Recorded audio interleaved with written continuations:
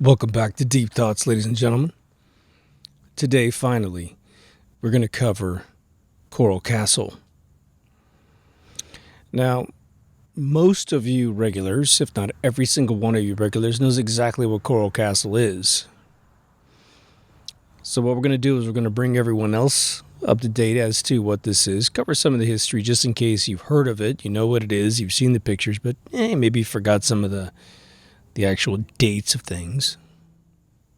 We're going to talk about the fun stuff, which is how I think the place was built. And obviously, the history is going to butt up against what actually took place, so that regardless if you believe my theory or not, you're going to be able to at least scratch your head and go, well, if it's not his idea, no one knows how they did it. So there was a man born in 1887. His name was Edward Leedskalnin, something like that. Leedskalnin. And he was Latvian. Moved to America after his fiancée, who was 16 years old at the time, very common age for that time frame, sort of left him at the altar. And so one of his objectives was to say, okay, I'm going to leave Latvia, I'm going to move to America, and I'm going to build you a castle. I'm going to send you photographs or whatever, letters about it, and you'll be so impressed that you'll come over and live with me, and you get cold feet or whatever, but I'm going to do this, right? Now here's what's wild. The dude comes over here. They have said several times he's about a 110-pound guy. Not a big dude. Plus, he's young. He doesn't put any weight on, right? He buys a little plot of land in some unincorporated county in Florida. A place called Florida City. And by 1923, he opens what he calls Ed's Place. It is a sort of a boxed-in yard, if you will, with gigantic stones. And what I recently figured out was I had been quoting this wrong the whole time because the place is called Coral Castle. But it's not coral. Not like coral reef chunks or something like that. This stuff is actually something called oolite. It is a form of limestone. He had limestone rocks that weighed up to 30 tons. Now, some of the documentaries you will see online about this have at least a couple major stones at 60 tons or above. So I don't personally know. I haven't gone there. I haven't weighed anything. So I don't know. 30 is pretty amazing. Okay. He opens this up for exhibit. Charges a dime to get in. And they always said he's kind of a nice guy anyway. If you didn't have money, he'd let you in. But he's just like, don't tell anybody else sort of thing. You could ring this bell at the front. And he's just got his little crib, his little place. He'd come down and let you in. He'd also sell pamphlets. When asked how he built the place, he would always say, Sweet 16. Or he would say, it's not hard if you know how. Which I love that idea. What is absolutely confirmed is that no one saw him build this thing. And the story is that, and again, I've heard two different stories about this. One was that he would only work at night because he said the sun interfered with this process, which we're going to get into. The first story I heard about, it was 3 kids on bikes, came around the corner at night and said that he was lifting these stones off the truck, this flatbed truck, with these cone-shaped things. And there have been pictures of his workshop where he has this crazy perpetual motor magnet thing, which we're going to get into that thing. And you see these things, and they're essentially like it would be as if like sugar cones. So they're cone shapes, like the primitive shape in 3D. But where the ice cream would be is where his hands are, and they have little posts that he can hang on with his hands.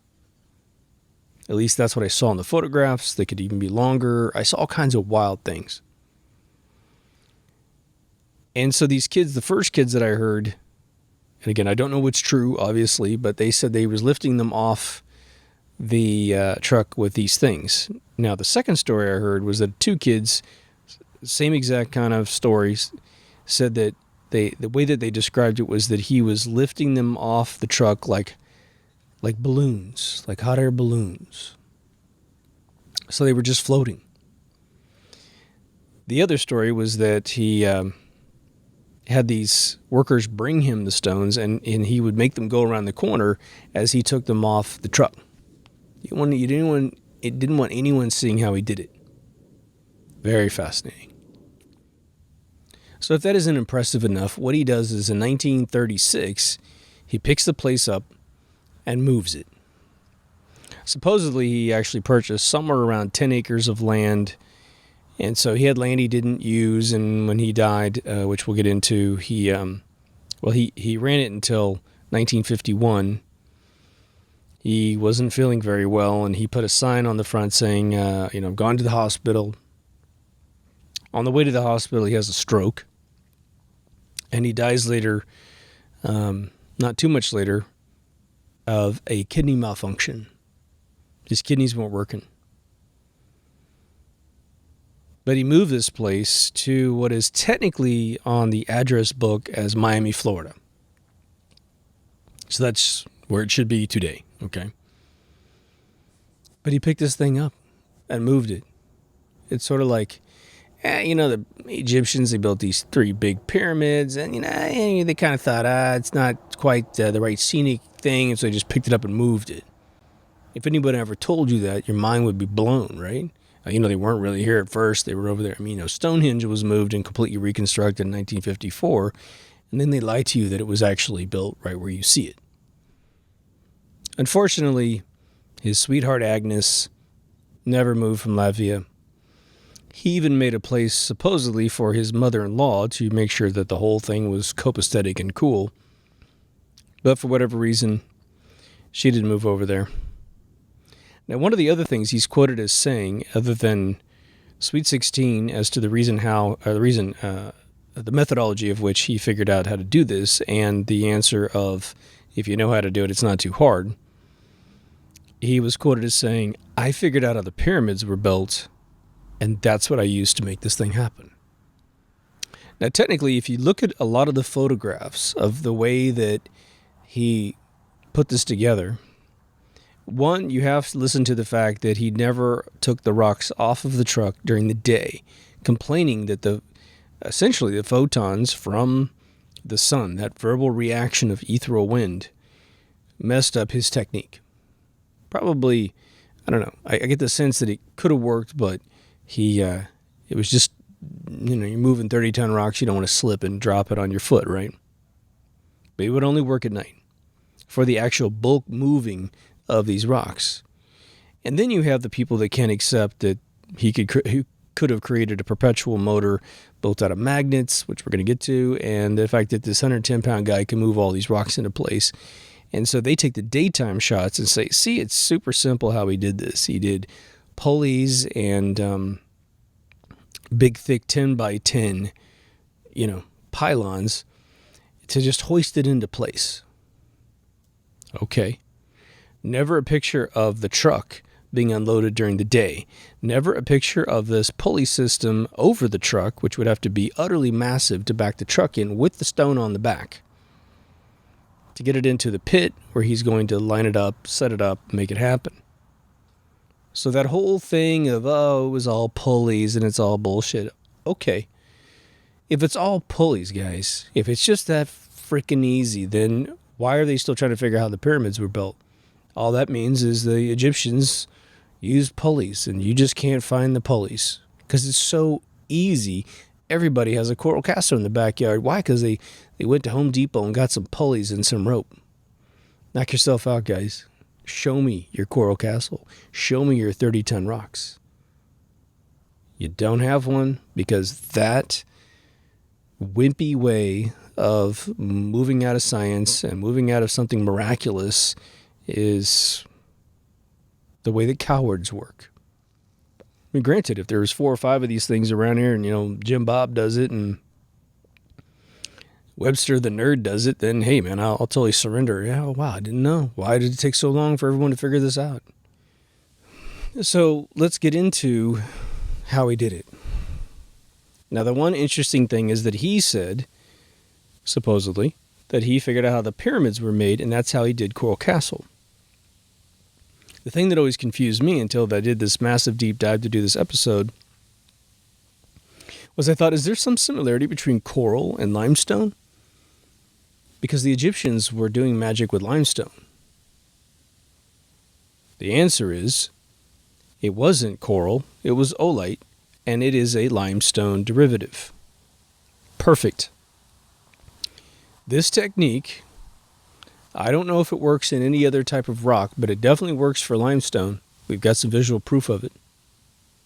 Would love to hear it in different types of rock, but I've also seen in the last 6 months several specials on other pyramids all around the world, and limestone is the central rock. Granite is used every once in a while, but it's almost used as an inlaid accent to the to the limestone superstructure. So, what else did Mr. Edward have on his little lot in either Florida City or Miami, Florida? He had a magnetic flywheel. And I'm going to show you tons of pictures of this thing. There are great websites out there for you to explore this. But for people to say, this is another one of these just pieces of proof that people are super lazy with their brains, to say, it's just pulleys and ropes and pieces of wood. Then what the hell is the magnetic flywheel for there, boy? What is it? Fly boy, right? This is a magnetic wheel with 16 individual stacks of magnets that when you total the whole thing up, it has 120 distinct magnets that are all lined up in there. Now, their orientations, where their poles are, not quite sure. Never touched it. Never did any, metal shavings test on this thing. Be interesting to find out their polarity. But this flywheel is really fascinating. It has an inner crank in it. It's sort of this off-center crank that sort of goes around almost like a, spiral graph when you were a kid, like an inner sprocket in there. And I have watched, this is going to sound absurd, but I have watched, I think, a 15-hour, 15-segment, somewhere in there, YouTube special where a kid who seemed to be very versed in mathematics tried to parse this thing. And it is a rabbit hole that makes Alice in Wonderland look like child's play. He works with something, I believe it's called quadratic prime numbers. And essentially what this wheel does is it creates a power source.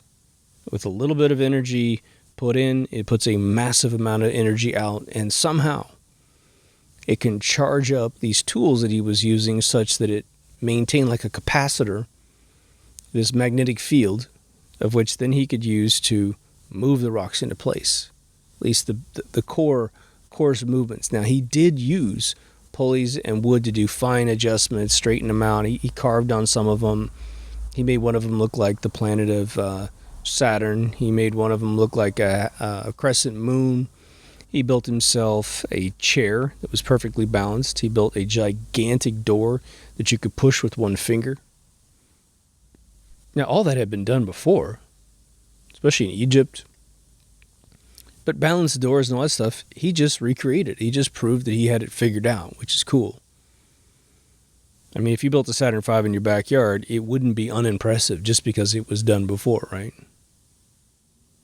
His location is packed, utterly packed with the clues of how he built this. All the mathematics he used to create his flywheel, to work with the environment, which obviously he said, again, could compete with him if he worked during the day, during the course movements.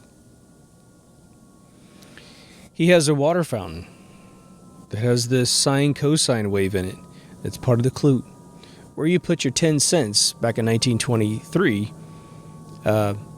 was inside of the bottom part of the Star of David. When he moved it in 1936, he ended up charging 25 cents, which is where he really had to kind of let people in for free every once in a while. Talking about the middle of the Depression. They said that when he died in 1951, he had about $3,600 in cash in his little hut. He didn't have a will, so the state had to will it to one of his kind of estranged nephews in Michigan, who was also not well and ended up selling it very quickly to another family who ended up selling it to a corporation. And they've maintained it, I think, since around 1984. I think someone paid about $175,000 for the place. What a good deal. That was a lot of money in 84. Huge. I mean, a Corvette cost $9,500. You know, it's like a house cost $25,000 to $50,000. So it was huge. Someone recognized the value of this place as being phenomenal. He also is the gentleman that wrote the paper on magnetism, which I have on my computer.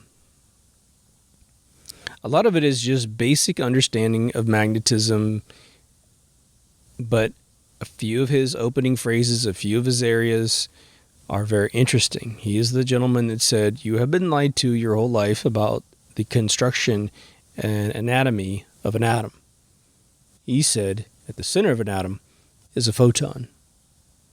A photon is a verb and not a noun. A photon is like saying it is made of the ripples on the surface of a body of water, not the water itself. What else behaves like a verb? Ether. Whether ether I think ether is a particle. But even if it isn't, it's in constant movement. It's constantly flowing. And if you think about it, everything that exists has to be renewed second to second. Go see all my episodes on ether. So what he was trying to tell you is that all mass flows. It doesn't just flow within its own little orbital loops. It flows from the outside through and out. Again, like the spiral in a water, like a little tornado in a water drain. You say, that's a little vortex, that's a tornado, but someone else over your shoulder goes, well, it's actually just water behaving like that. You're giving it that name because it's behaving like that. That's what he's trying to tell you, is that the atom is a behavior.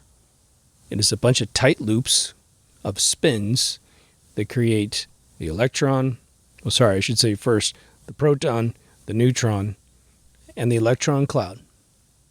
For those of you that are new, the dielectric wave is the ricocheting ether. The magnetism wave is the orbital ether. And when they hit each other, they make the cloud of electromagnetism. Ether is what creates gravity. If two bodies are getting closer and closer to each other, there's a bit of a negative pressure between them. There's not so much ether flowing, just like water. It's flowing. If it's flowing really quickly, right? There's always a negative pressure between objects. It's how a wing works. It distorts wind as it goes through it. Oxygen cuts the liquid, and it creates less pressure above than there is below, and you get lift. It's just that simple. You're with your loved one in the middle of a windy day, 100 feet away, you don't feel anything. You feel all that chaotic wind on your chest, same as you feel it on your back. You guys get in with within 1 inch of each other. Their back's blocking your chest, your back's blocking their chest, and there's less pressure between you. If you didn't have the ground below you, yanking you down, you would be pulled together. That's how ether works. And they knew this many centuries ago, and they just squashed it, because if you did know that, then you would know perpetual engines are possible. You would buy packets of power from power companies, and Tesla would have been God on earth. But here's the key, I believe, to this whole thing. It's actually not that complicated. I hope I can make it to an hour because this is so simple, in my opinion. Why am I being pushed to the surface of this patio? Because ethereal winds are hitting me on the top of my head. No ethereal winds are hitting me from below of any significance. But why? Because the Earth is this big giant plasma ball covered in a dry crust that we call the surface of the Earth. And so all of the plasma that's on the other side of the world that would be pushing me up and making me float in space is being blocked. The bigger the object, the bigger the plasma interior, the more the obstruction, hence more gravity. The moon has less gravity than us because its diameter is smaller. The sun has a hell of a lot more gravity because its diameter is way bigger than ours. This is how the whole thing works.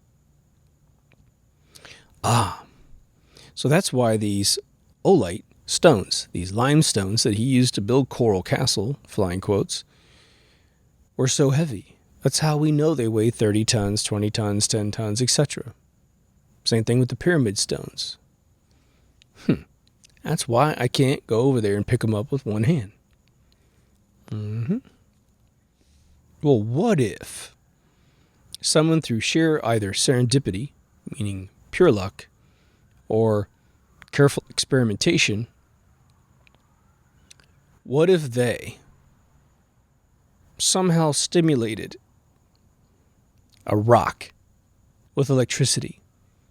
Maybe a natural foundry of plasma coming out of the Earth's core through an aqua ravine. Maybe a bunch of limestones simply got stacked up and they're the conductive limestone. And they started, zapping people's fingers, and people started discovering electricity can congregate inside these particular types of rock.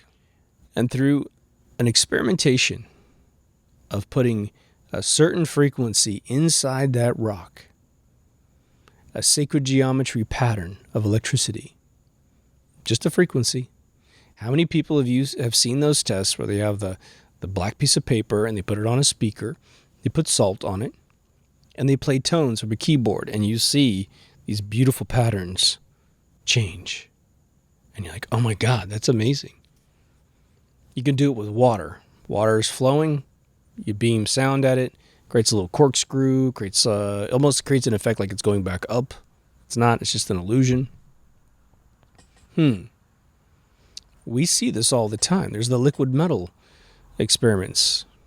Same thing. Hit it with the frequency, creates these crazy spiky balls and all kinds of wild shapes, right? All right.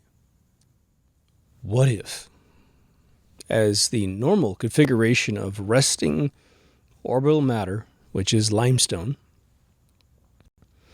there's more space between these things they call atoms, which is sort of like this little party going on of ethereal particles, right? They found each other. They went through these very standard orbital patterns. It's what happens with ether when you crowd it up. It starts to do these things. When you start to spin at a certain diameter, when the little spiral accounts for a certain amount of ether, it's called a proton. When it spins one way, it's considered positive. When it spins the other way, it's considered negative. Maybe there's one where it so chaotically spins they call it a neutron. It's just completely neutral. It's like when you look at a wheel when it's driving down the highway and you were a little kid and you didn't have to drive. You look out and you look at the wheel and it's moving forward, and then there's that sweet spot where the frame rate makes it look like it's going backwards. Maybe something like that. But with a bunch of space between these atoms, what if you could get them all to vibrate in such a way that the holes start to appear? Space starts to appear. It's like liquid crystal. I don't know if you guys know how liquid crystal works, but what you do with liquid crystal is you have these little shavings that are the kind of like a finger shape, right? And when they're swimming around, it blocks the black back color. There's like a little black plate, and then they pour this liquid crystal on it, and it just swims around. That's when it looks milky and sort of that weird green back in the day, that light green. And then all of a sudden the number shows up and you see black. And that's because there's a electrical field in the shape of the character that makes those swimming particles go straight up and down. And so now you look down into your watch and you could see the background, which was black. That's how old liquid crystal used to work back in the day. That's all over the place. They're talking about windows now they sell in your house where as long as it's not electrified, it's opaque. You can't see through the window. But if you want to see through it, you run a little bit of voltage through the glass, through some wires that are so small you can't see them, like your cell phone, and boom, you can see through the glass because all those little shards went straight. So take the principle of liquid crystal. Chaotic swimming ether that is the limestone gets somehow unified. Unified enough that the ethereal winds that are pushing down on the rock, like they're pushing down on my head right now and everything that you can see in this backyard, or everything I can see that you can't see, it starts to become permeable. It's flowing through the object. Well, you don't want to do it too much because you don't want the thing to fly into space, right? It just becomes zero G and fly into space. But if you had this flywheel back in the back room and you have these wires that come out to these cone things, and there's some ritual that we have no clue what the ritual is. Could be he hooks electrodes to one side and the other side, and the sacred geometry pattern crawls across the rock, thus freeing it from the push, impact, the collision. Doesn't happen as often. He juices it up. He's got a little bit of math in his brain and how much to push that algorithm into the stone. And now the frickin' things float. He moves them around the corner. He puts them generally where he wants them for the next day. Perhaps hopefully he's already dug a little trench to hold them. But he pushes them in there generally where he wants them. And now the pulleys and the wood are going to provide the basic mechanism to move them into place the next day. However, there's a hitch with that. And if you watch the photographs, which I'm going to show, look at them. You can watch them too, I guess. You're going to see that there's a box on top of his little tripods that he creates. Now, what still is a bit of a mystery to me, and I want to mention something about this box. About this flywheel. I think this is real. There's a relief hieroglyph, it looks Babylonian to me, of what appears to be the flywheel with the 16 teeth on it, because you can only see one half of it, right? So you see 8 of these little notches. It looks exactly like his apparatus. And you would think that perhaps Europe and Latvia, Tesla came over from Serbia or Croatia or something like that, right?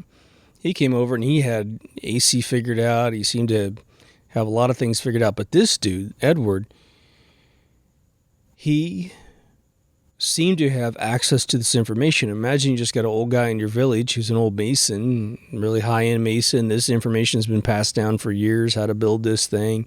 He builds one in Latvia. He says, oh my God, we're going to have a lot of fun when we get to America. I mean, he should have shown his girlfriend the trick. That would have been the thing. 16-year-old girl, like, watch this. I'm going to take a 30-ton rock and move it around right in front of you in the moonlight, right, or whatever. It looks like this wheel, unless the hieroglyph is fake, which, I don't know, looks pretty real to me when I look at it. But again, everybody can do things now that will blow your mind. But it looks like this wheel has a major history to it, and he was able to build it. We see it, lots of pictures of it. And his ability to capacitate the energy is what is the mystery to me personally. So let's say he's spinning this flywheel and all this amazing electricity is going on. Maybe the wheel itself capacitated it in a field around it. You would almost think it'd be dangerous to be around it, but it can't be because it's got this hand crank in the center. Maybe the rods that he had all over this room, which look really kooky. I mean, they don't look like things they're not levers or levers, as they might say in other parts of the world. Didn't look like it was part of the game.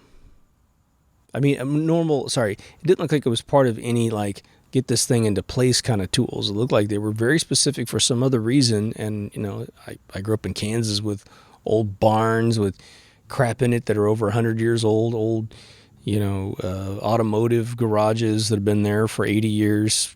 They had fixed Model Ts when I was, before I was born. Never saw this stuff before. So we have the Mexican workers telling us the stories of them dropping off the stones. He makes them go around the corner. He pulls them down. They leave, and then he pulls them around the corner. The kids who saw him moving these things like they were balloons. Hey, big giant stones floating in the air. What else? What other analogy is this kid going to put together? I think that's actually a beautiful little descriptor for our brains. So that part is unphotographed, and we have to assume some theory to this. My theory is that he made these rocks permeable to ether by using electricity, electromagnetism, and it might be just a little parlor trick that works with limestone and nothing else. It actually warmed my heart when I realized this stuff was a derivative of limestone and not coral, because coral, I don't know anything about it. I don't know anything about its composition. Not that I have a huge library of limestone, geography in my brain. But now it's the next day. The photographs. In every single picture that I've ever seen, it looks to me, it's hard to approximate this. It was either a 10 by 10 tripod of big lumber, or maybe even a 12 by 12, because this is big. It does have a pulley. It does have ropes. But there's the box on top with the wires that seemingly in many of the photos go down to the stone, and one's going off to his wheel. Hey, what would wires be for, right? Wires on their own are not going to pull this thing into place. So it seems like he is connecting electricity to the stone, and that's where I got the entire idea that I just shared with you. So let's say he needs to move it in a bigger way than the pulley system's going to afford his, dreams and aspirations as to what he's building here. And he did have assistance during the day. I believe I've seen people help him with this part, but I'll have to go review that. But I believe I've seen a couple workers helping him with the fine-tuning of the rock. And that's fine. That doesn't break any of the mystery. But imagine him going, all right, take 5. He goes on that wheel, and all of a sudden the box gets electricity. Here comes the frequency. It's all specifically dialed in for this whole thing. It might be that the wheel itself works with limestone. It does this thing. Or maybe, I don't know. He would have to have some sort of modulating circuit inside the box if he's going to change it. And maybe that's part of the ecosystem of the first process. Who knows, right? And then all of a sudden the rock is a little bit lighter. He might even be able to move it by himself while these guys are on lunch. There's no stories about that I know of. The big sign that this is something super duper special is that he moved the place. He moved it. In 1936, I'm sure it took him a little while. There's not a lot of statistics and data on how long it took him to move it. But imagine that. I don't know what the total tonnage is of all the rocks that he put in place, but considering the rocks range from 10 to 30 tons, and this is like a fortress. It's like a mini little fortress. I'm sure if you're in it, it's not as big as it feels online or whatever. But it is a tremendous amount of work. Even with magic, it's a tremendous amount of work to get this thing put in place, to carve all these things. Because he was telling a story. The guy was ingenious. He created a 3-dimensional experience inside this place where he's giving you all the clues of how this works. Now, I would hope and pray that someone hasn't gone in and modified the original design to take out like one piece of the clue, that if we had this other piece of rock, we'd know the whole solution. I don't know about that. There are a lot of websites out there theorizing how it's done. I've seen whole websites about the pulley theory, which is just absurd. Again, if the pulleys work, then you could just go to Egypt and go, well, you use pulleys in this whole thing. We'll just build one. And then when they task these guys to build little mini pyramids with the tools that were available back in those days, they just give up. But the guy picked the place up and he moved it. And just imagine, this house next to me here. Coral Castle's a hell of a lot bigger than this house. All right? Let's say that I, I'm a really good craftsman. I got buddies of mine in Kansas who do this kind of stuff. They build houses like this with 3 or 4 stories, basements, amazing craftsmen, right? I don't think any of them have thought, I mean, this does happen every once in a while, but I don't think any of them go, well, I think I'm going to buy a lot down the street, and I'm not going to build another house. I'll just pick up my house and move it down the street. I have seen that done a few times, but it's a super weird, rare thing, and I think the integrity of the home is pretty compromised by the time it gets lifted up and moved. Maybe some of you can chime in the physics of that and the integrity of that. I would love to have the information about the steps in which he took to move it, because we don't have that as far as I know, which means he probably didn't need a lot of help. He just needed the vehicles. Now, I don't know if the gigantic documentary I saw, which was talking about these very special prime number sequences, where essentially what they said was there are prime numbers, there are points in the number set where you will have like 4 prime numbers in a row, and it's almost an impossibility that this happens. And I watched this and it seemed to make sense to me at the time, but I will tell you, my brain hurt badly after I watched probably 10 hours of this thing, because the guy gives you the sense he's going to actually solve the mystery, and he never does. After like 14 hours or so, you start to realize he's petering off into other theories. But one of the things he does that's very interesting is the Star of David is a very fascinating structure. It is part of the Saturn worship, because there's a 3-dimensional cube in the center of the Star of David. And it has, it's been adopted as a Zionist symbol of banking, and the Jewish flag of Israel, but it's way, way older than any of that stuff. That's a recent usurpation of the symbol. And it's fine. That's their thing, whatever. But what this guy did was he went in and he started realizing that Masonic temples, I think there's one in Boston he snuck into, or maybe it was New York, one of the two.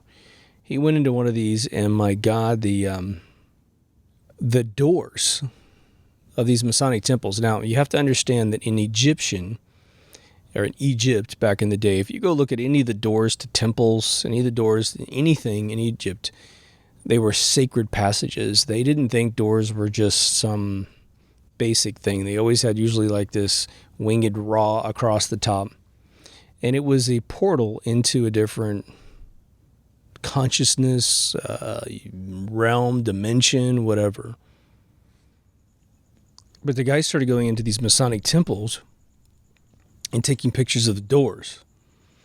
And there was this really interesting thing. Every door has a door jamb around it in most places in the world, because it holds all the different junctions of timber or stone that brings it all together, right? So it puts a little veneer around all that bad, jointage.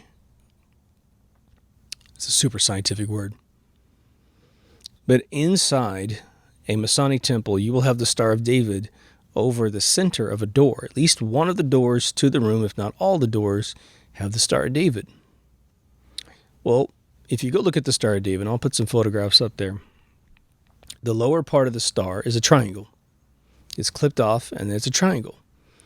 And they specifically put the triangle below the edge of the mantle that is the door jamb top. Now, when you donated your dime or your 25 cents into this this park right at the very beginning of Coral Castle, he had a Star of David on the stone that he had put together, and you put your dime in that little triangle down below. And people thought that that was him giving you a clue of putting a unit of 10 into this equation somehow. I don't know, it seems kind of strange. I think he probably felt inflation and put it to 25, but it was a dime initially. And so the person that put together this really long series was really getting into the mathematics of not only the flywheel and how it worked, but this dime that you put at the bottom. The fountain with the sequences of numbers in it and the time of day was super duper interesting, because this was put into place where the shadow, sort of like an old clock, the old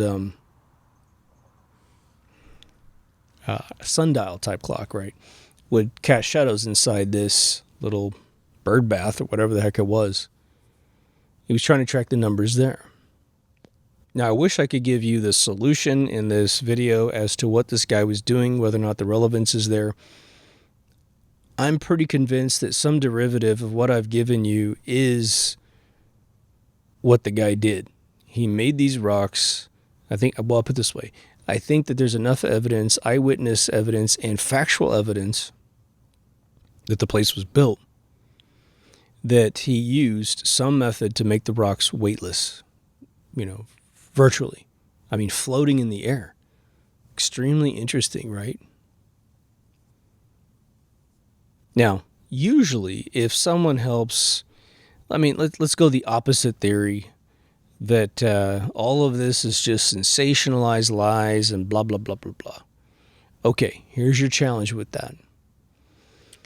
Let's say that Disneyland from 1954 to 1955, during its construction here in California, 8.5 miles from where I'm sitting, let's say that Walt crafted this story like this Edward guy.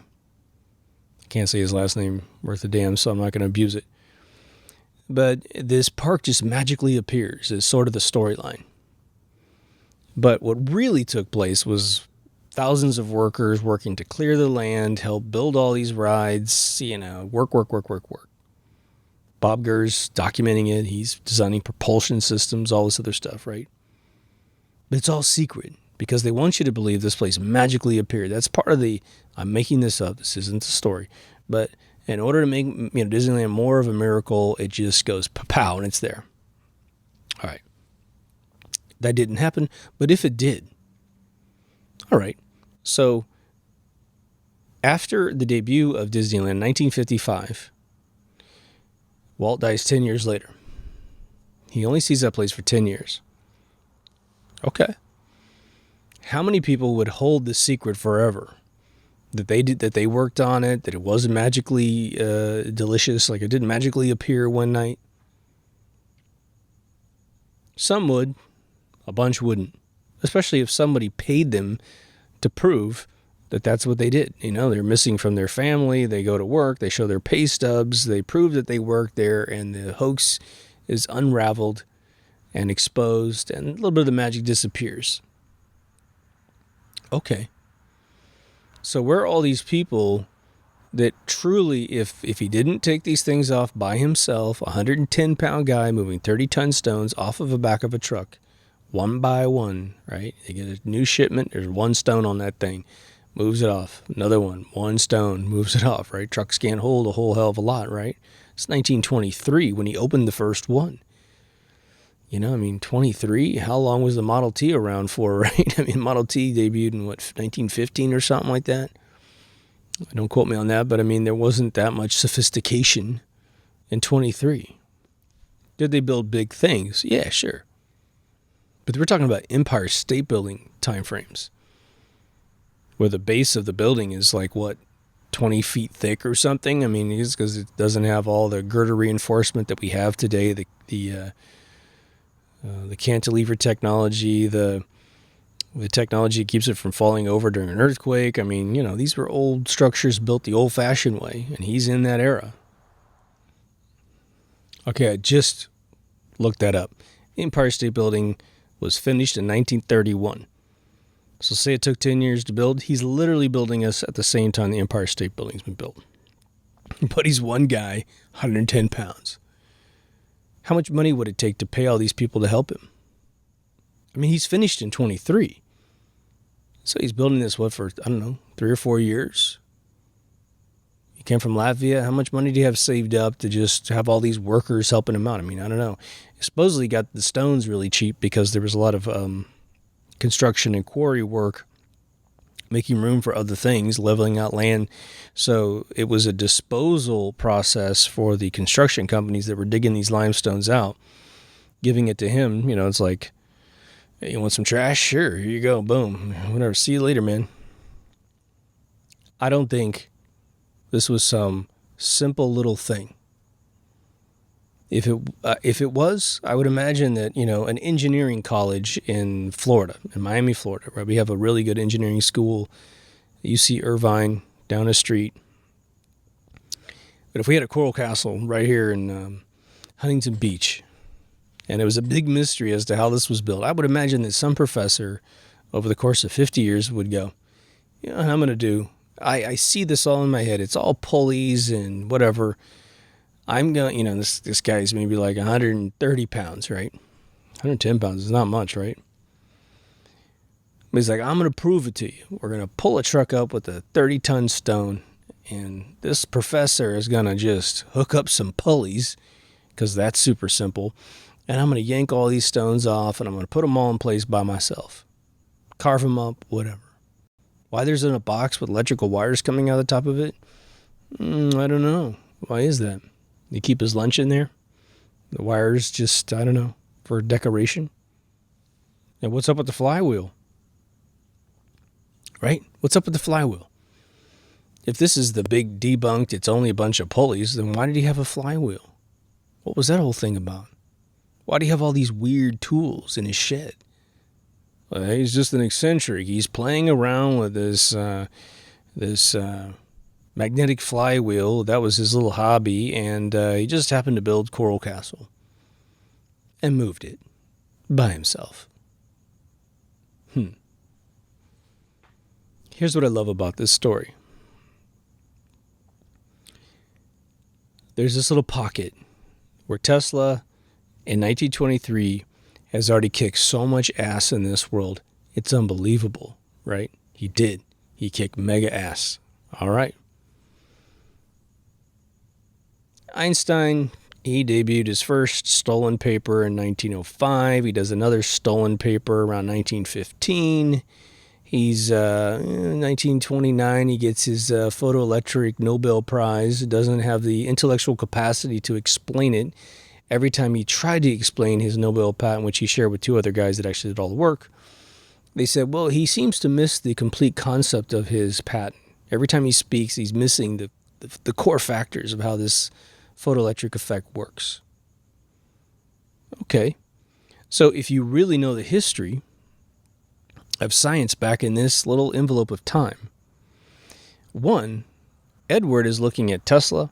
He's looking at all the scientists that are being worshipped between Tesla and Faraday, which is Ohm and Volta and all these guys and a bunch of unnamed geniuses that we never mention on the show. The dude's probably not worried. He's like, hey, the winning team is winning. The right team is winning. The understanding of the universe is still very palatable and being taught to kids.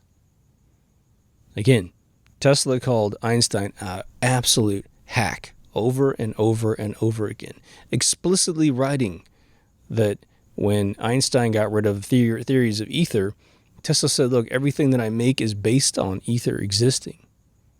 That's why I create things that people use. Again, we're using all Tesla stuff right now, alternating current and wireless technology, among other things. Again, some of you have seen my ether episodes recently because you're devout listeners. This is going to bore you a little bit of a repeat. Tesla's laboratory was said to have no wires by Mark Twain, who went there like, I don't know, I've read all kinds of different accounts where he went up there 15 times, sometimes 50 times. I don't know. 15 sounds a little more believable to me. But Mark Twain would be out entertaining people in New York City, and he'd say, at the end of tonight, after this dinner, I'm going to take you to my buddy Tesla's house, and he's going to give you his laboratory, and he's going to give you a demo. He's going to give you an entertainment experience that the world has never seen and may never see again. And that is sadly the fucking truth, right? Sadly the truth. Tesla would envelop his entire body in electricity that if you were to touch him, you would die immediately. But he figured out a way to create the Faraday cage on his body. Unbelievable. Twain said, his laboratory was lit, but he had no lights. I don't know. I tend to believe it. I don't think Mark Twain was he was definitely a storyteller, but people were there. People saw this. Probably people without the intellectual capacity to know what's going on, which is fantastic because to them it was magic, which is the intent of the illusion of all this stuff, right? We know that Tesla was planning on giving away electricity for free. In fact, I just talked to a woman that, she's actually going to work with me on one of my scripts. She's a genius at geology. And she said that she had low energy or energy transmission between 2 points demonstrated to her, which is exactly what Tesla's tower was supposed to do, which he worked on for 10 years from, I believe, 1917, 1929, before J.P. Morgan had him tear it down when he learned, you're going to give away power for free? There's no wires? Now, one of the concerns was that if something happened to a transmission tower of Tesla's construction, then there would be no backups.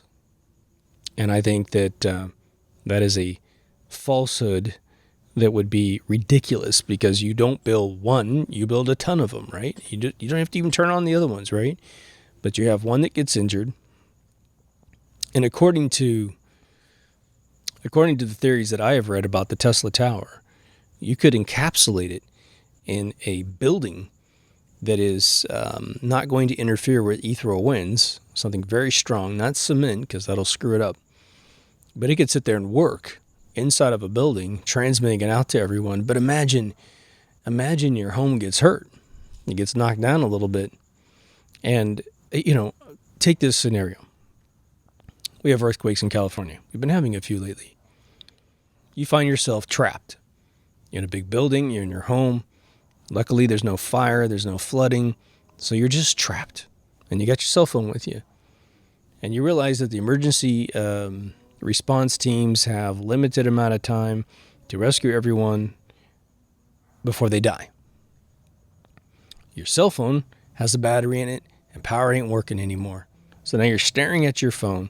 You're trying to transmit, help me, I'm stuck underneath my bed, whatever, I'm at so-and-so address. But by the time they get their power back up to hear your call, the cellular towers to hear your call, your battery's out of power. Maybe you're smart enough to turn it off until you think it's going to be time. But if Tesla had won the game, your cell phone would work everywhere it is all the time. In fact, everything that relies on wires would continue to work forever. Those cell phone towers, hopefully non-lethal kind, would still work everywhere. In fact, probably transmitting something, communication-wise, would be effortlessly put on the bandwidth that would be the power bandwidth. See what I'm saying? Let me give you another analogy here. If you grew up in the 1970s and you know how fantastic the music was in the 70s, and let's say you're 1978, Van Halen's dropped their first amazing bomb on the world. You've got every band on planet Earth just kicking ass. Led Zeppelin, Queen, everybody. Pink Floyd, everything. Everything's booming. Are you worried about 20 years later, children not being able to make music, or 30 years later, everything's going to be auto-tuned and computerized and have no soul? Nah, because you're in the middle of it. Are you going to take provisions in 78, at the time that this is in a booming era, to make sure that music doesn't get defunded out of schools and colleges and educational programs?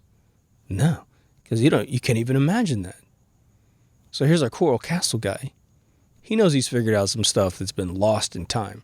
But at the same time, he was taught by somebody in Latvia. Somebody has that information. Maybe the Masons have it at the 33-degree level, or some other group that doesn't exist anymore. Maybe in Europe, there are people who have that knowledge and they're like, I ain't giving it to all the other people of the world because they'll create weapons out of it and hurt everybody. So our guy, Edward, has the knowledge in his brain. He's looking out his window, proverbially, symbolically, and he sees Tesla kicking ass and taking names. His Tesla tower hasn't been destroyed yet, by the way. It's destroyed between his move of Coral Castle. So how would we test this, right? A lot of you contact me all the time about the Hutchison effect. My closest friends talk about the Hutchison effect. Well, I'm not exactly sure how it works because I don't think the guy has given up all of the schematics how it works. But it was always communicated in the little documentaries that I've seen, little video excerpts of this thing, that it was an electromagnetism field that was given to objects and the objects became weightless. That sounds real familiar to the theory I just gave you, right? You give limestone a certain frequency pattern, which I would say is sacred geometry patterns. I just think that's generally all ether will move in some sacred geometry manner. And then it becomes permeable. Ether moves through it, ceasing to become heavy. Now, there's another theory that it is the same exact principle of what I gave you earlier, which I should probably state out. I always forget this, and I apologize. Imagine you could surround an object with an electromagnetic field, and then the ether that would slam into the object, just like a Faraday cage, goes around the entire object. Its shape just becomes slick, like an oil slick of ether, and it just goes around the object. And now all of a sudden, just like a semiconductor, or the cold fusion semiconductors that hang on to the little train track and go around, right? They have something called quantum locking. Quantum locking is the notion that you have told the the poles that would give it weight to absolutely go around it based on its voltage charge, which they actually stimulate it with cooling down the object, right? In harmony with its electromagnetic field. And you have this Mobius strip thing, which is beautiful, this little tiny puck thing that is the superconductor, will go all the way around both sides of the strip. It's really just ingenious, brilliant stuff, right? So what if his magnetic flywheel is creating quantum locking around the stone, and therefore it just moves up and down, no problem. It immediately locks it. Okay, so the stone doesn't just, like the puck, it doesn't just fly into the air, but it does stay where it is, and you can just go boop and move it wherever the hell you need to move it. And again, he says to his patrons, it's not hard if you know how to do it. But why wouldn't they want us to have that technology? Geez, think about it, man. We would have Blade Runner 2019 cities in 2 seconds. Cars would quantum lock onto rails and immediately just fly around. Zero gravity, no problem. Quantum lock an object and then put some type of propellant on it, or do the old, element 115 that Bob Lazar talked about. Now you can just move all over the universe however you want. Interesting, right? Hell, you may even need just like a straw. You just blow in a straw and that little push sends you 1,000 miles an hour in one direction. It'd be a hell of a thing to sort out if it was that easy. But imagine you take your car to get serviced. They need to look underneath it. There's no lift. They just quantum lock your car and move it up however far they want. In fact, they don't even have to move it up and then break their back like this. They can take the car and rotate it and just look at, oh, you see right here, it's right here. I'm sorry about all the shit moving around inside your car, but yeah, this is your fuel pump areas are screwed up. Yeah, I'm just going to fix this right here, and then they float your car back. Maybe they quantum lock the the cabin so nothing moves around. Some relative gravity that's inside. Who knows? We do know that superconductors work. I will be doing an episode this season on the quantum computers, so we'll get to that. It was interesting. I explained Quarrel Castle just briefly in the last 7 days to a relative of mine, and I heard this this laugh on the other side of the phone, real quick. Okay, right? And I just thought, wow, it's interesting how people poo-poo things that they have no clue what you just said. I mean, they have no clue what you're talking about. But their first position is, well, that sounds outrageous. Obviously, you're wrong. And obviously, this isn't something scientific. It's something fictional. And that's sort of why I like Coral Castle, because it's sort of, here's what's interesting to me.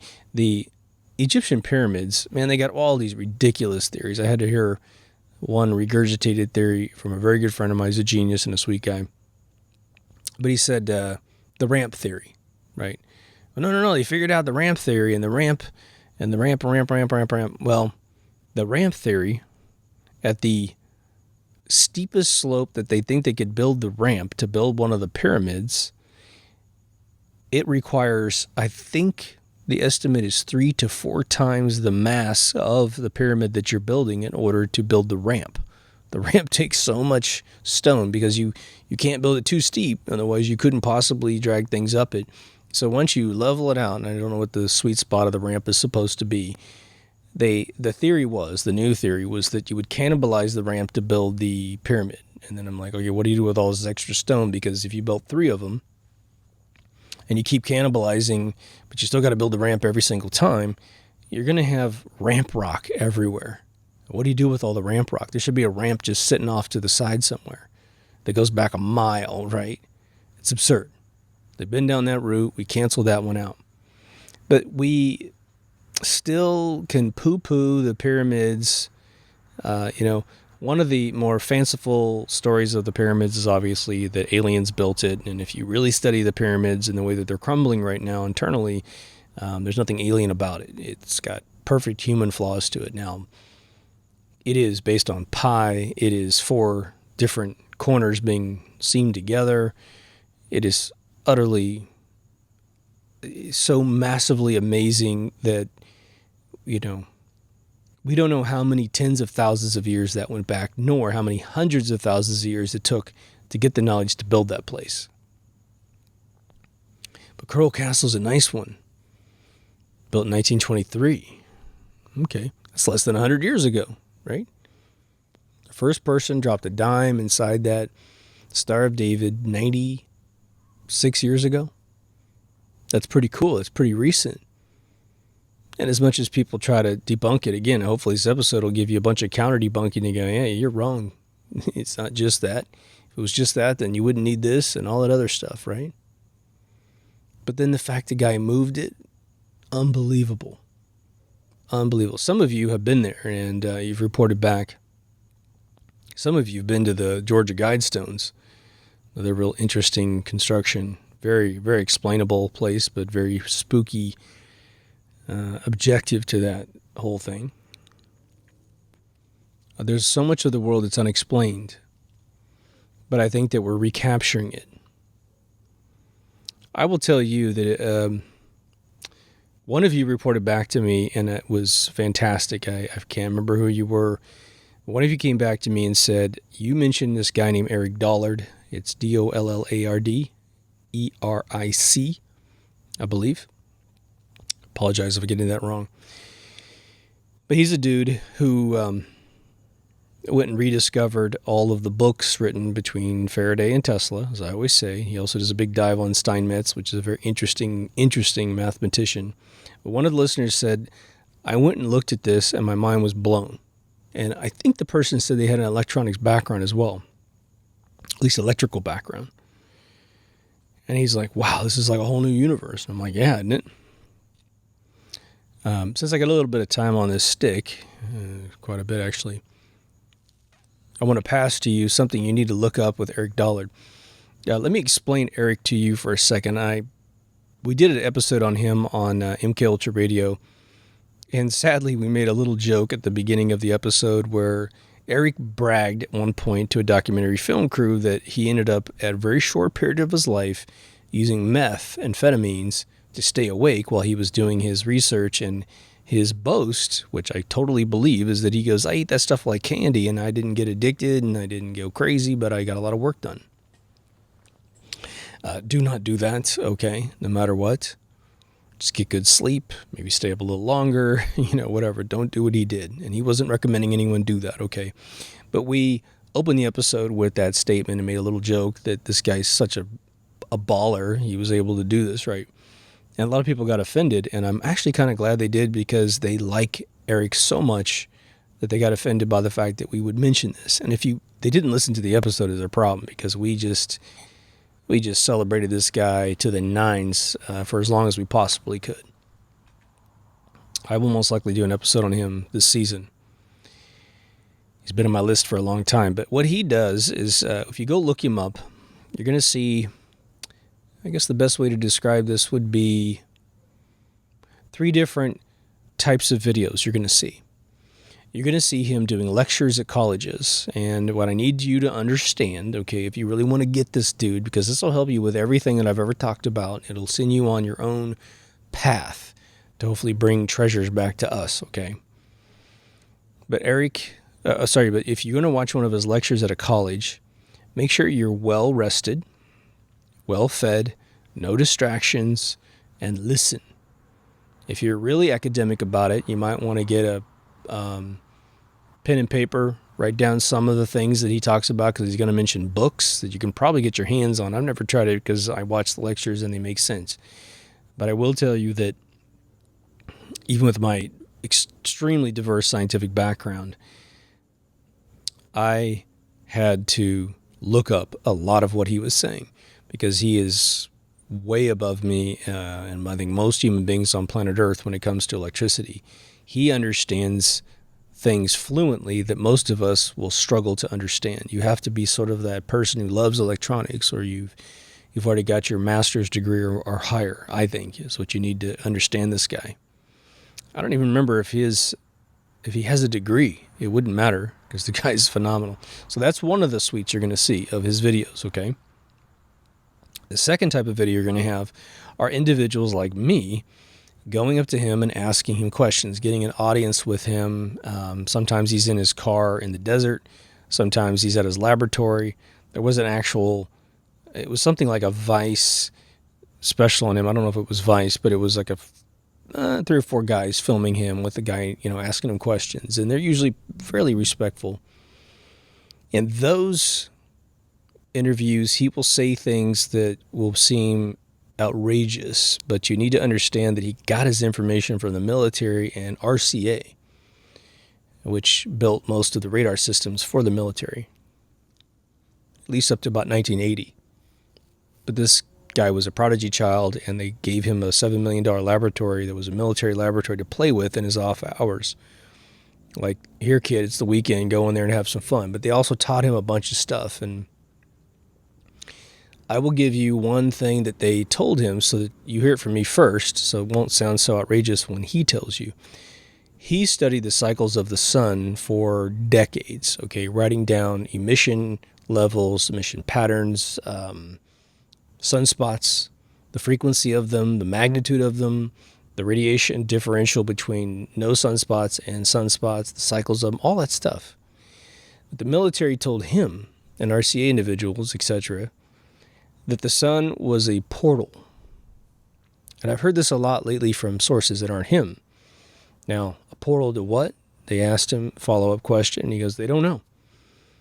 But it's not what you think it is, He's the one that started saying, they know that the sun is empty inside. It's got a plasma core and it's empty inside.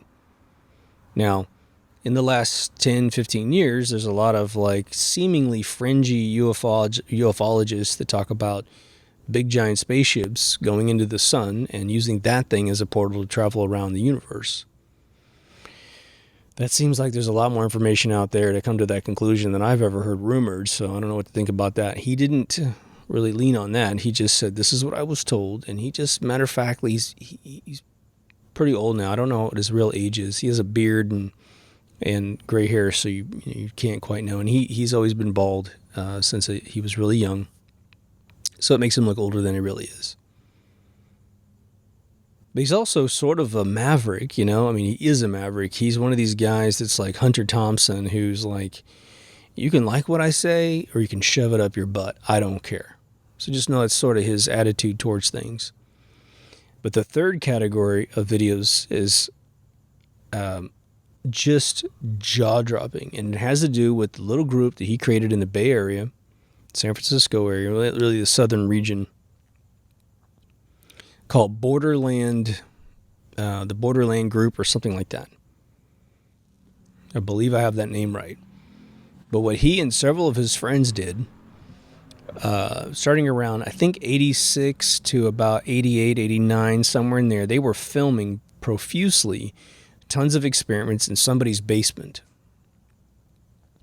A lot of the experiments, the way that the scenes are set up is they have a big flat table, and then on one end they have a, I don't know if it's a whiteboard or if it's just a piece of paper where you flop it over, but something on an easel where they can write down their experiments to tell you what they're about to do, how they're conducting the experiment, what machines they are using, down to what cable gauge and what oscilloscopes and power sources they're using, generators, all that stuff. Then they conduct the experiment in front of your face. So they show you all the readings of what happened, and then they explain to you the theory. Now, the quality on these videos, because they were filmed with camcorders back in the day, it's not that great. What you sometimes have to do to read what they're writing on the paper is that if they film the piece of paper far away, the paper goes blank, so you can't see anything. But they do zoom up and show you what's actually written on it so you can see what's going on. So there's kind of a back and forth. What I ended up doing to really understand one of my favorite experiments he did was I ended up screen capturing the video and then putting that off to the side, so when I watched the experiment happen, I had the notes at all times. So you might want to try that little trick. But one of the most beautiful things that he did, and if you're an electronics specialist building components of any kind, this should be the most riveting, mind-blowing fucking thing you've ever seen in your life.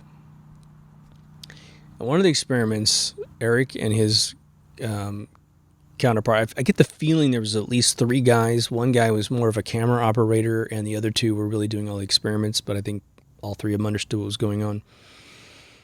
He explains to us the difference between a longitudinal wave and a transverse wave. And there's many episodes where I've quoted his experiment.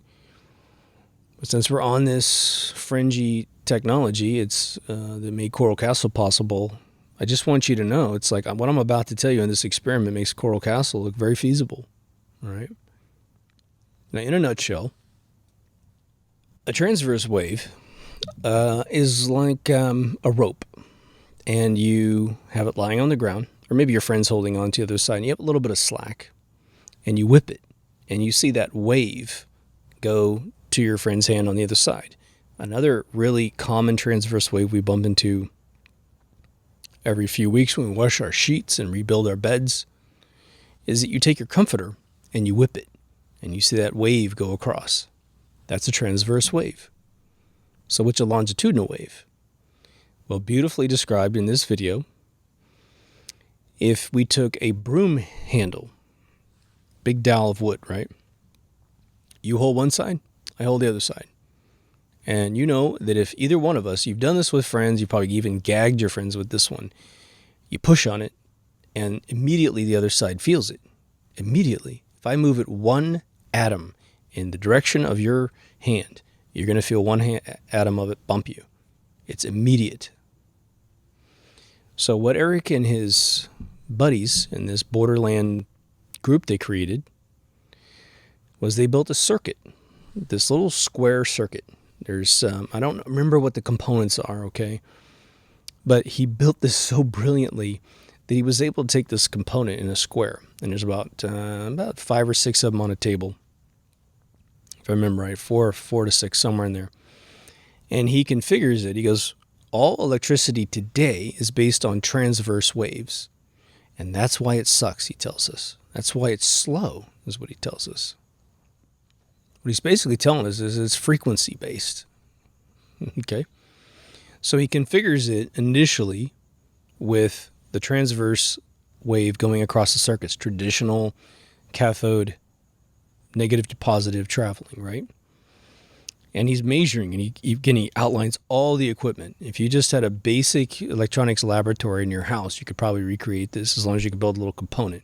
And he tells you what the anatomy of that thing is. He runs a transverse wave over it.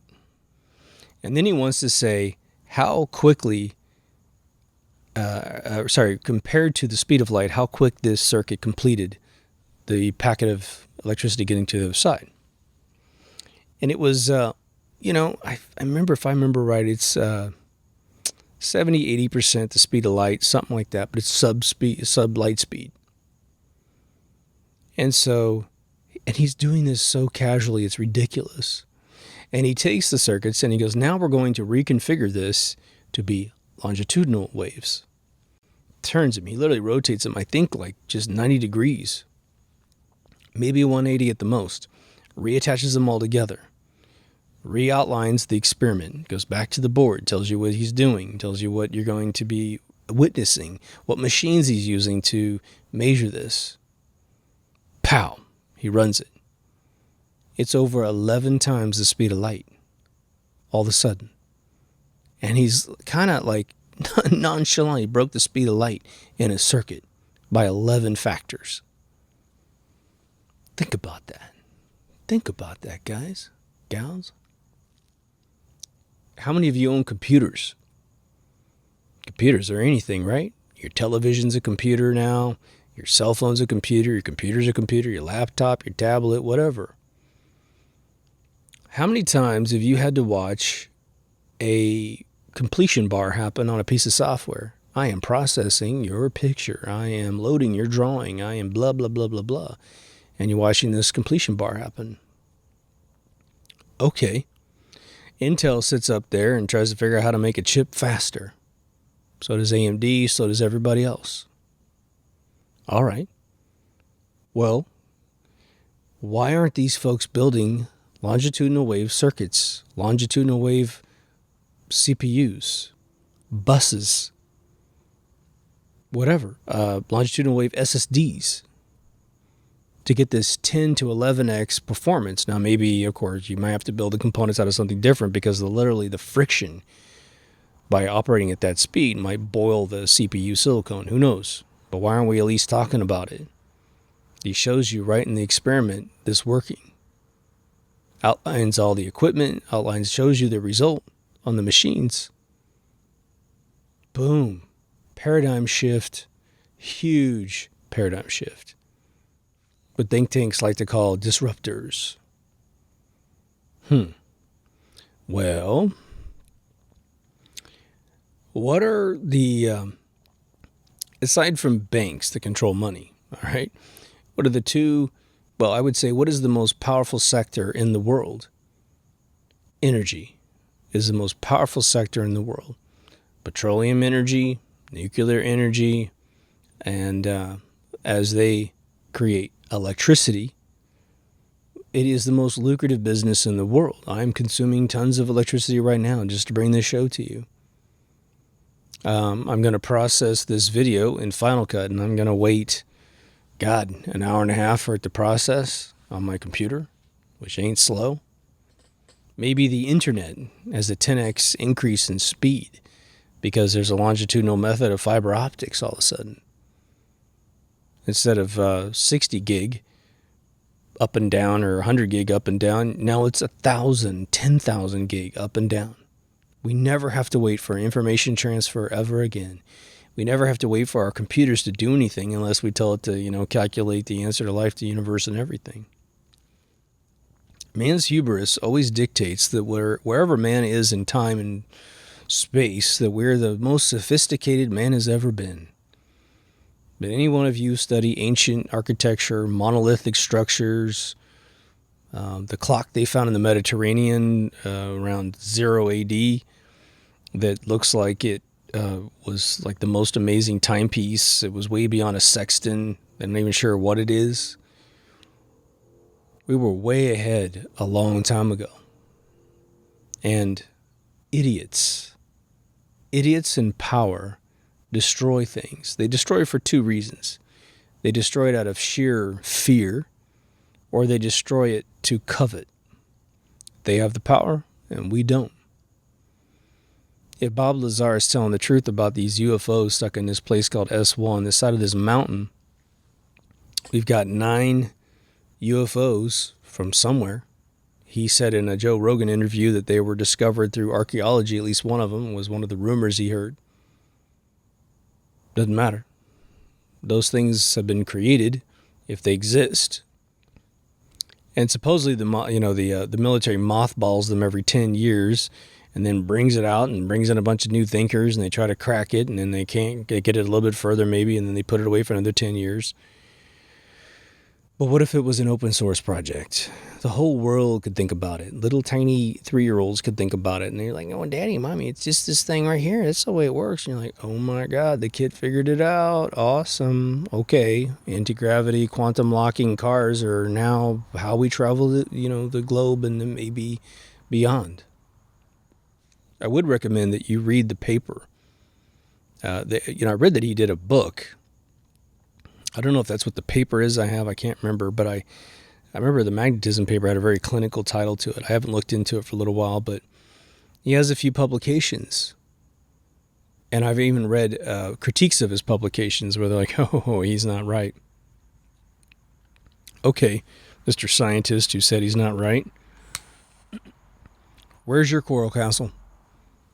Where's your coral castle if this is so easy and he's so wrong and blah, blah, blah, blah, blah, right? Why did my relative laugh and ridicule the notion that this story had any validity? Hubris, insecurity. Anyone scoffing at something they've never researched before, I would say it's why people die on death row who didn't commit the murder. That's what that kind of hubris leads to. It keeps us in the Stone Ages. It allows us to regress back. How many little kids are being lied to about all kinds of world agendas right now? If you're awake, then you're a part of the solution. It might be fun to use things like Coral Castle as a stepping stone to something bigger that we could offer the world, likening it like I did to all these other previous things that seem to have used perhaps the same technology. I was fascinated with Egypt as a kid. Again, when I was a kid, I remember 1979, my parents bought a book on the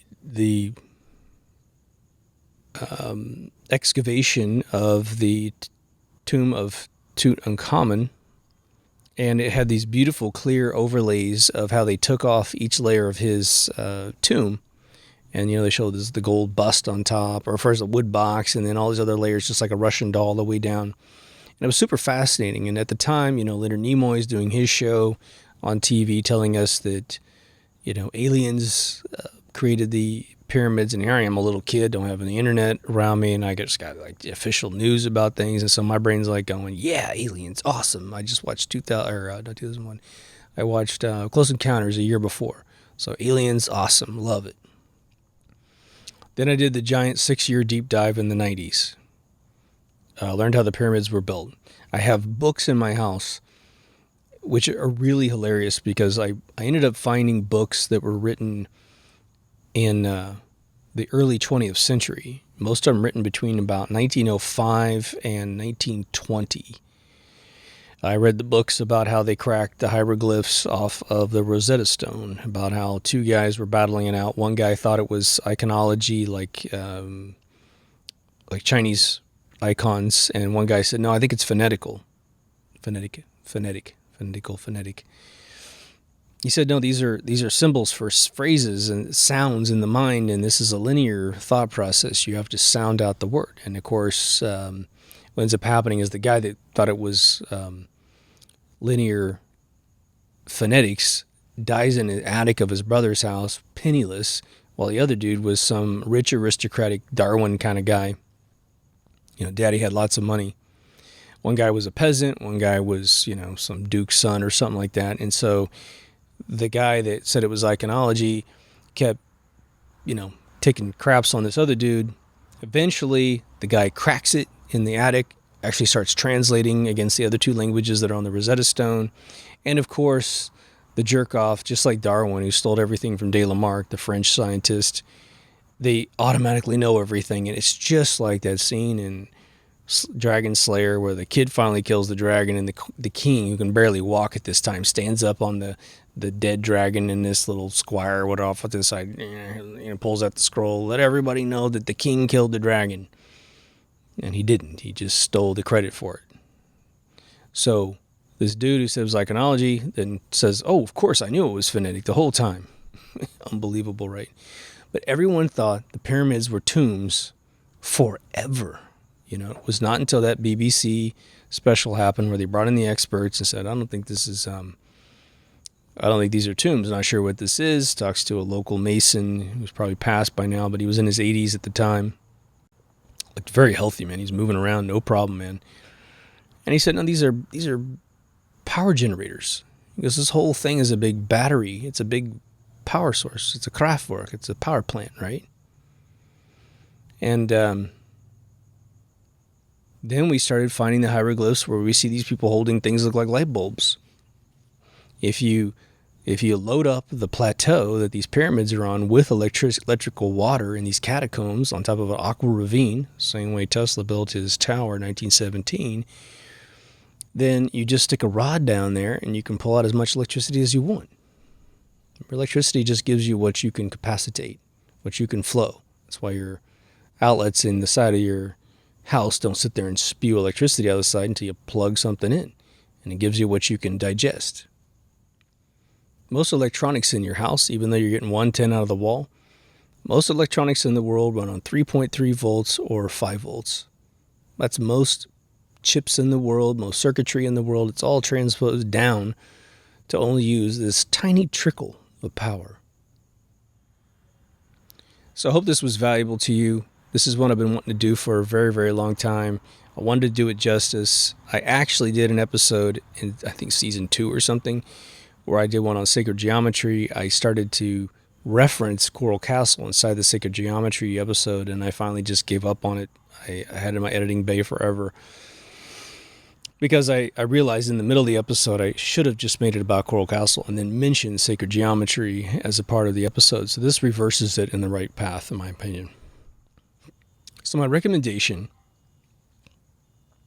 is to do the deep dive on Coral Castle if you haven't heard about it.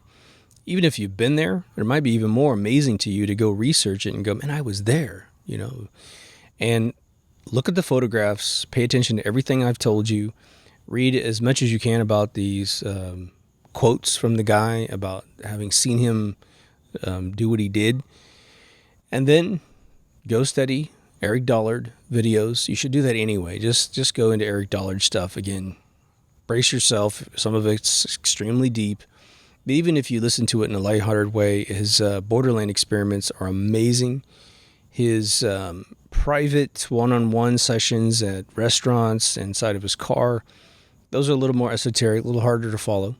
Still extremely valuable, but you're going to have to know other things that he said, in my opinion, to completely understand what he's talking about. For any of you who've studied electrical universe, most of the things he learned from RCA in the military in late 70s correlates 1,000% with where we are with electric universe.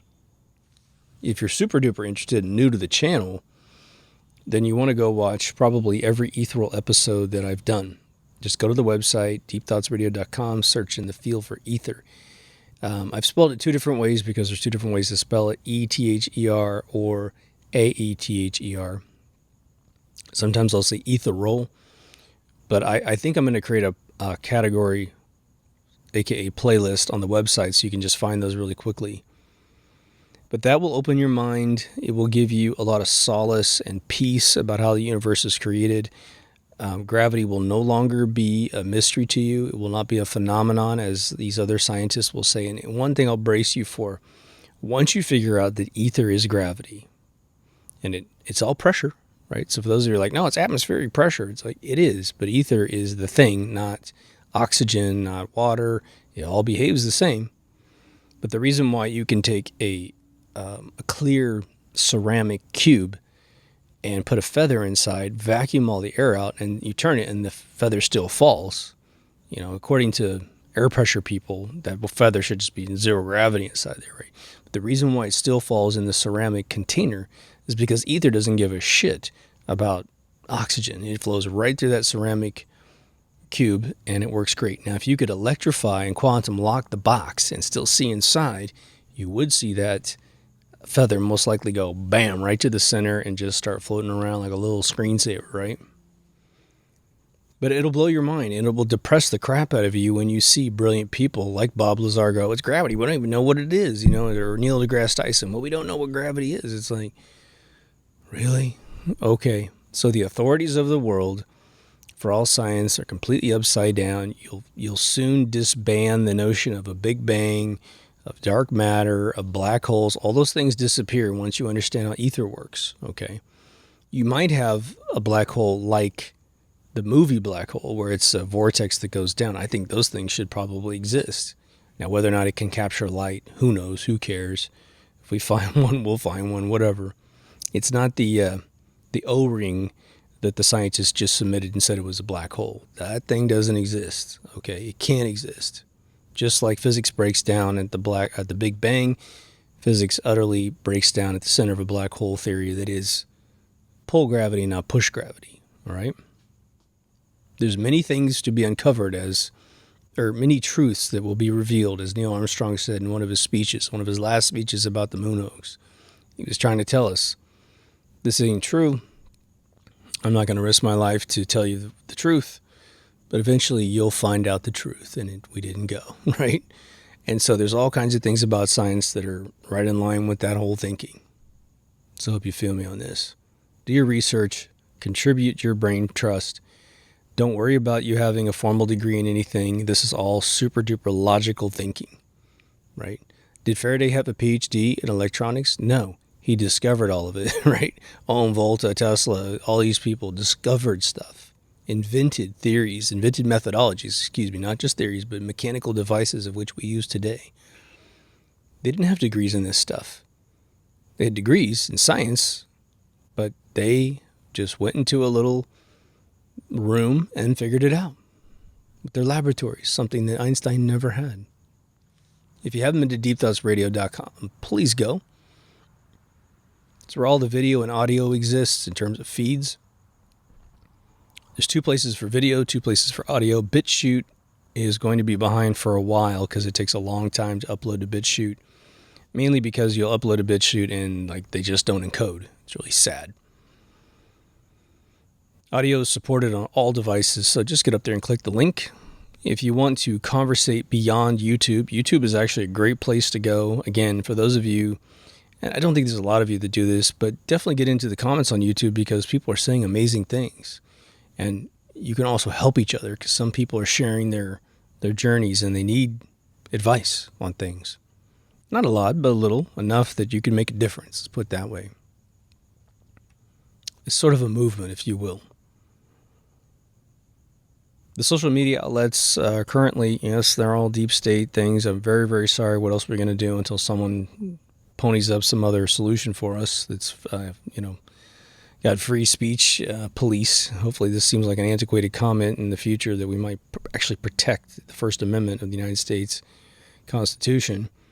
But we have Facebook. It's locked, so whatever you do in there is like Vegas. It stays there, right? You can say all kinds of crazy crap. Your employer can't find out unless they join the page, and why would they, right? You have to answer the question which says, say something human. Lately, people have been reading it and saying something human. You don't need to say a lot. Just say, Klaatu Brada Nikto, The other one is Twitter. I don't do much twitting, but you can get up there and get the feed if that's the way you like to get it. I just basically post the links to the recent stuff. It does not have all the links because I didn't start it way back at the beginning. I think you'll be fine with that. There is also, as I mentioned over and over again, the new remastered Season 1.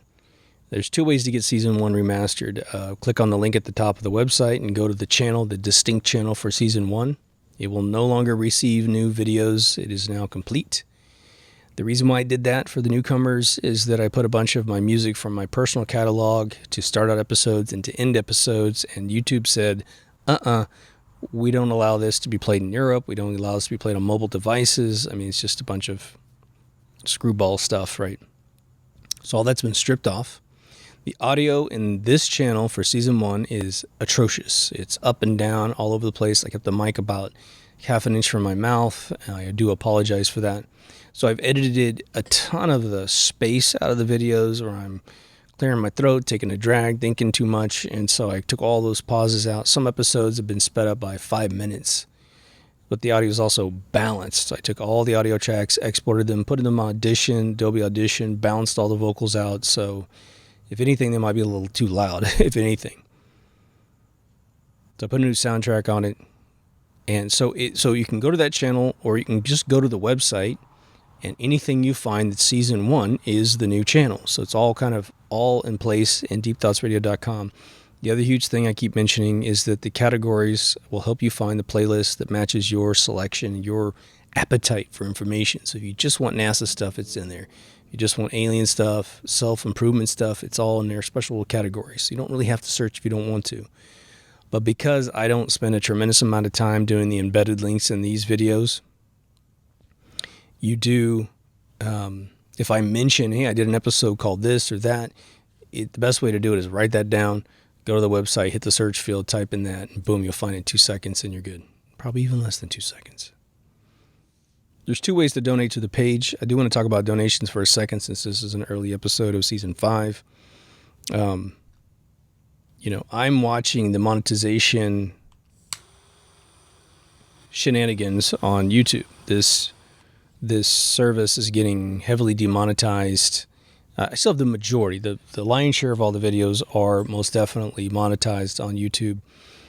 But it's interesting how when I touch agendas that we really need to discuss, they demonetize in 2 seconds because you're not supposed to pay attention. Like social credit system of China. Why wouldn't that be monetizable? Come on.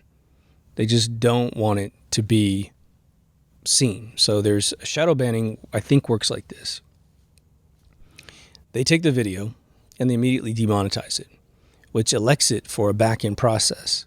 Remember, YouTube and Google are the same company. So the 2 things that they do to shadow ban is, 1, YouTube is going to elect it out of any recommended search. The whole channel can just get yanked out. But what Google does, because I've now been having to search on my old videos to scrape the descriptions into other channels, is they actually propagate that shadow banning over to their mothership, which is Google's search engine, and it gets removed out of the search engine. So you'll search on the exact name of one of my videos and you won't find it. So one of the things that's inside the donation area, we have Patreon, which a lot of folks use. It's a monthly subscription. What you get is the links the second I'm uploading them from my computer. And sometimes you get like 2 or 3 days preview on that. Sometimes it's just a few minutes, a few hours ahead. Depends on how often I'm releasing videos. The other one is PayPal. No one's ever used it. 3 or 4 people asked for it. Don't know why, because they never use it. I don't care which way you go. But the other one is not really a big money maker, but it's something very important for us, which is currently this browser exists. I don't know if in the future this browser is going to exist. Sometimes they come and go. They're trying to make money in a really weird way, so I hope they succeed. But it's called the Brave browser, and it automatically blocks. There's a bunch of these type of browsers. So if Brave disappears, go search on one that does this for you, and I'll keep updating the bumpers on this and the website towards something that does this. But it blocks all of the ads being presented on websites, and it blocks all the trackers. And trackers are the super important one.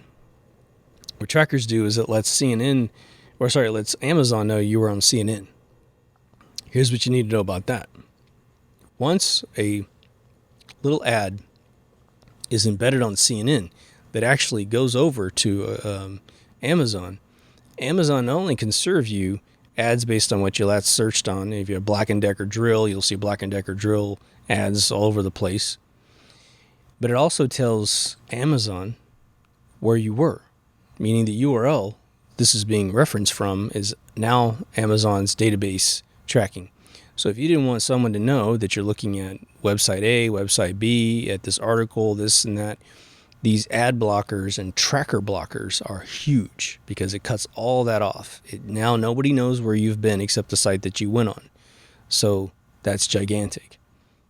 It also blocks all of those autoplay movies. So you go to CNN or Fox or whatever your appetite is, you go and they try to immediately play some video on you. And you try to scroll down, it pops up on the side. I mean, it's just sucking down bandwidth and you don't want it. You just want to read the article. It stops that immediately. So that's also huge. It tracks generally how many seconds it's saving you per page load. If you use it for about 6 months, it will save over 30 minutes of browsing waiting time for those pages to load. It's really great. Brave is not only available for Windows and Mac, but it's also iOS and Android. So you can get it everywhere you go. Second thing I need you guys to do, again, this might change, but I started using DuckDuckGo instead of Google. So you go into the browser settings and you say, don't use Google as the search, use DuckDuckGo.